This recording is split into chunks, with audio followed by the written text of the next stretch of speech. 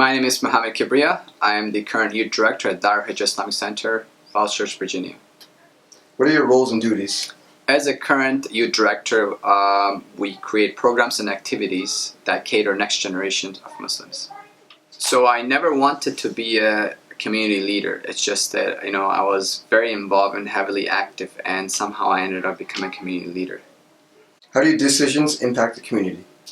So throughout the programs and activities that we cater, it really caters to the next generation, where these programs and activities challenges our young folks to really come back to faith, and also come back to faith with transparency and understanding. What is your goal for your organization? So my goal is to establish a transparent programs and activities, and also create an environment that is welcoming to our next generation spiritual warriors, that people can come, young people that can come into this place and they feel welcome, they feel connected to God, and they feel sense of belonging to a community. So that's something that we want to establish for this community, and bringing the authentic sense of reality. How would you? Building relationships one at a time, investing in individuals, and that's the only way we can create this amazing community where we're investing in hearts and minds of individuals, not just infrastructure of the building. What are some of the changes you've seen throughout your time? There are a lot of changes. The transformation of the space, which is very welcoming to all the young people that are coming into this area. Making sure that space of worship is not just something spiritual, but also physical and mental, right? So the transformation of the space, the transformation of the hearts and minds. People are coming up to me and telling me that they have been feeling reconnected with their Creator because of the space, because of the programs and activities. So there's a lot of transformation in the space-wise, physically, and also spiritually. There has been a lot of changes coming through from individuals, and those are some of the things I have been seeing, and I'm very grateful for that. What is the biggest challenge facing leaders like you, and what about challenges for your followers? So I think the biggest challenge is that there are many different challenges. For example, when you're dealing with the next generation's young folks, there are a lot of challenges. Sometimes I have to jump into what they're facing. For example, if they're listening to current music, right? So if they're listening to current songs, if I'm not listening to it, then I'm not going to be in tune to what they're listening to, right? So I cannot relate to the same jokes, or I cannot relate to the same issues they're facing. So sometimes I have to push myself to be really making sure that I'm up to date with things, making sure that I'm aware of what's going on. So this is one of the challenges with the young people that leaders like us we face, especially dealing with the youth work, right?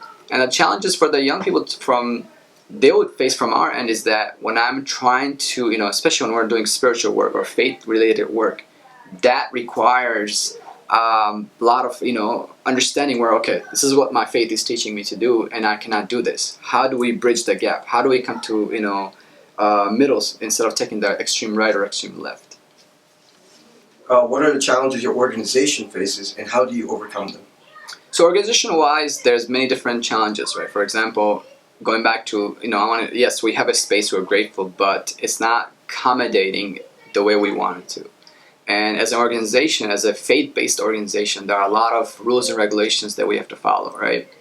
And when it comes to infrastructure, right, there are a lot of policies, procedures that are not instilled in our current programs, and that's something that we had to establish to make sure that when I leave, I'm not leaving with programs. I'm not leaving something that once I leave, everything breaks down.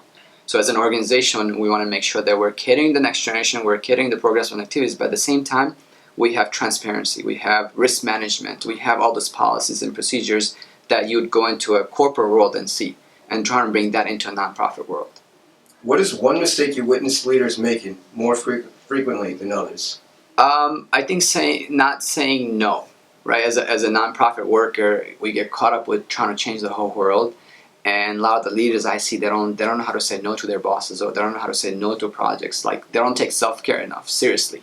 So I think of course there are other mistakes that leaders like us we make, but saying no.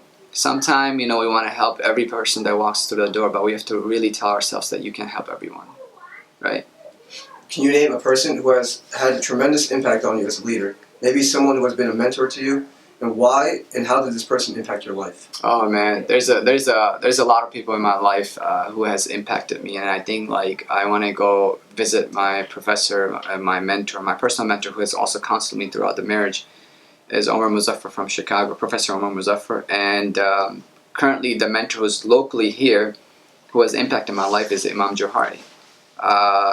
That man is a giant. Like, I really get so much from him, and mashallah, like the amount of work that he has done for the community, and he inspires me. There are many times I wanted to quit, but I always ask him, like, how come you survived it here and I'm having a hard time to survive? So, like, he's a great mentor. He has impacted me in so many ways, inspired me to continue, and because one of the reasons I'm still here is because of him. What is the one behavior or trait that you've seen derail more leaders' careers? Knowledge, not continuing on knowledge, right? So I think this is important, continuing education. So something that all leaders lack is that they get comfort in their zone and they're not pushing their boundaries. So in our faith, it teaches us to question things, right? Question things in a way where it becomes healthier for you to reach at a different level of your faith. So definitely continuous education, constantly learning. Sometimes I learn a lot more from my community members than they learn from me, right? So I'm more of like a manager, and kind of I try to play as much as I can as a mentor. But man, the amount of knowledge that these people give me is just amazing and remarkable, right? So definitely continuing your education, not just stopping at a certain level. Always reading articles, always trying to implement what is the best practices that you can have in your organizations, and what are the best practices you can bring to your organization is very important and vital. How do you influence those around you, and how do you feel about your role? So I don't know about much influence, but I try to keep it as real as possible, right? So sometimes you can get too worked up being professional or keeping it, like, sometimes you just have to drop your waterline and just be real. Like, you are gonna have to face the reality as it is. And I think that's something that, a lot of my followers, a lot of my friends, or the ones who I have reached out to, they know me very well, that I'm not gonna hide anything. I'm just gonna be real about it, as real as possible. How do you encourage others in your organization to partake in activities towards your goal? So I always tell everyone that comes up with a project idea, or the people who are inspired and they want to do things, I always make sure that they take ownership of their ideas and thoughts, right? And I also make sure to encourage them constantly. Going back to revisiting your previous question, one of the questions you asked, like, how these individuals, if they don't feel part of the community, if they're not given if they're not told that this is your community, this is your space, this is you, I'm just here to support you with the tools that you need to take it to the next level. So giving them sense of ownership is something very important, and that's one of the way I try to encourage my some of the people that come here, and make sure they're taking ownership of it. So when it comes to improving the community, I think when it comes to community work, it's not a one-man show, right? It's a collective effort. So I cannot do everything by myself. If collectively every one of us come together and we have the same vision and same mission, and that requires encouragement, that requires staying positive, right? Sometimes there are things that aren't going to go right in our community, but as a collective, if we come together and if we really stick around and say, you know what, we're going to keep going, keep moving forward until we find solutions, until we get to where we want to get to, I think that's important. And that requires a lot of encouragement, not just through the heart, but also by examples, right? So one of the things that we do is in the programs, even if 3 people show up, we start on time. We value those 3 people, knowing that, hey, we're not looking for numbers. We're not looking for 80 to 60 people to show up in here and gain the fame. You showed up, and that's value to us. So in a religious-based institution, we always tell people it's not about the number. It's not about quantity. It's about quality. Sometimes 2 people is good enough to run an entire institution, because those 2 can do work of 100. Do you have any closing remarks? Anything you'd like to add? I just want to say, like, be real, be authentic, lower your waterline. I think this is something that we're missing in our community, especially when it comes to nonprofit work, is we're not lowering our waterline and being authentic with each other, right? And being positive, always being positive, whatever the tools you got, whatever you can do in your community. So it doesn't matter even if you're given very minimal resources, work with it. Whatever you got, just don't stop. Like, don't wish for, like, I wish I had this, I wish I had that. Like, don't ask for too much. Just start with what you got. There's plenty of resources out there, free resources in everywhere, from, like, if you just search in Google, you can get any answers you want. You can educate yourself. It's all about, where do you want to reach out for your community? Like, how far do you want to go with your community? And if you have the willpower, God will provide you with soldiers. God will provide you with resources. You'll be surprised. And it's a personal experience for myself.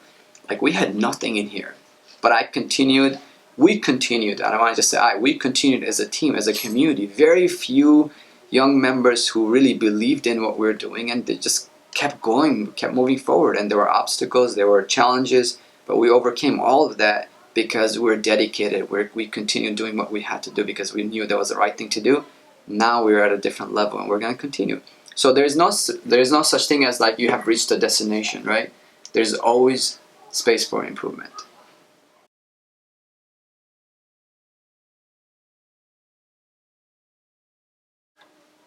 So my name is Mohammed Kibriya. I'm the current Dar Al-Hijrah Islamic Center.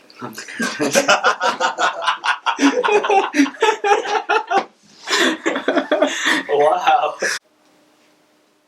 Are you going to ask the question? Your name? My name is Mohammed Kibriya. I am the current... Well, let's not going to have all guys. These guys are killing me, man. Hard work and authenticity, going back to talking about authenticity. So working towards these goals. Sound like Hi, my name is Arbaz. I've been with the Dar Al-Hijrah youth program here for about 2 years now. Mohammed Kibriya has been a great role model and example for the community, especially for the youth, by creating the programs he has, one of which being the Fast and Learn program. Brings in about 60 to 70 youths of the community, and we have multiple speakers that come in and speak on the, global topics, and That's great.